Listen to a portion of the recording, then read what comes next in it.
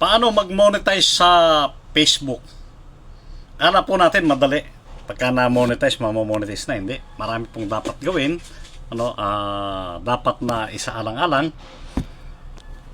Una,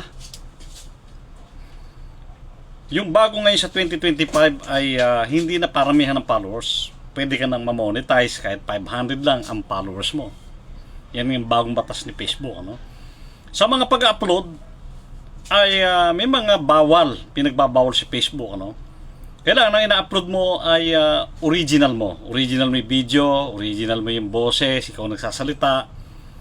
Sabi na, patayo, ganyan, patayo. Pero tumatang pa naman ng pahiga sa camera. At syempre, yung pag-upload mo ay may resolution na hinihingi si Facebook. Hindi kung yung camera mo, mataas yung pixel niyan, i-upload mo, hindi. Ang hinihingi lamang ni Facebook na pixel, 720. So para makuha mo yung 720 megapixel, kailangan yung video mo ay i-upload mo muna sa sarili mong channel sa YouTube. Bakit? Bakit kailangan may YouTube? Kaya gagawa ka ng account sa YouTube, balang araw mamomonetize niya para ma-download mo sa YouTube yung 720 megapixel. O, diba? So, kailangan yon. Ngayon, paano mo i-download yung 720 megapixel sa video mo sa YouTube? So, gagamitin mo si YT M4.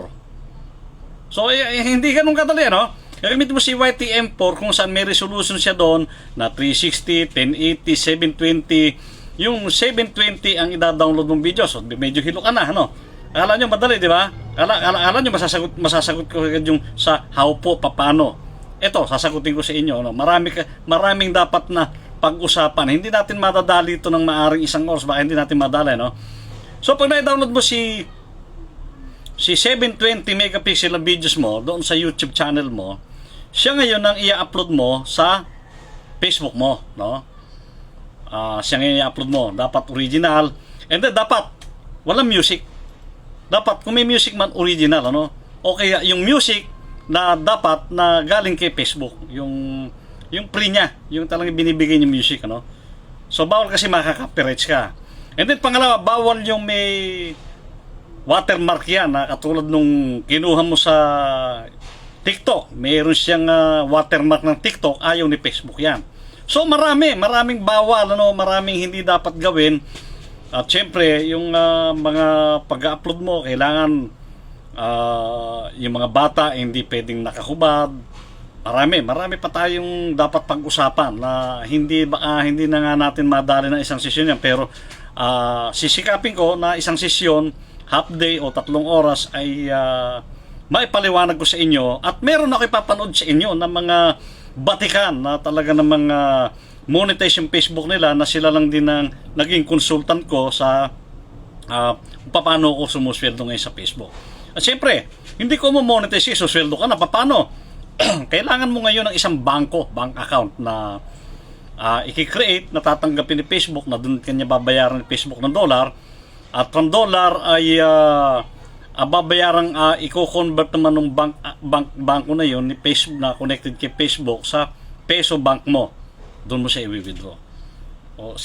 Marami na akong natanong pero baka hindi mauubos ang tanong. Hindi ko kaya sagutin ng paisa-isa dito yan sa comment section nyo na how po.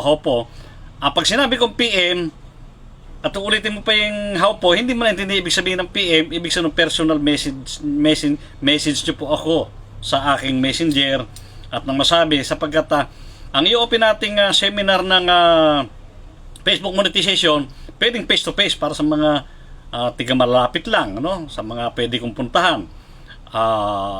Pagka na malayo, pwede tayo ng online. Ayan. Kung paano online, may tanungan na naman yan, video call, meron tayong mga sistema, Ang tanong, may bayad ba? So, wala naman po, di naman po tayo nagpapabayad, libre lang yan. Siyempre, kung nasa inyo yan, gusto nyo akong bigyan ng panggasolina, ako ilang litrong gasolina, basta makatulong ko sa inyo, sumeldo kayo, wala na, bahala na kayo sa akin, hindi po ako naniningil. Kasi ang hangad po natin ay makatulong. So, maraming salamat po. Parton pa lang po siguro to, baka magkaroon ng parto. Ito pa rin po inyong kaibigan, kasang sa lahat ng oras sa mabuting bagay, Romel Roque.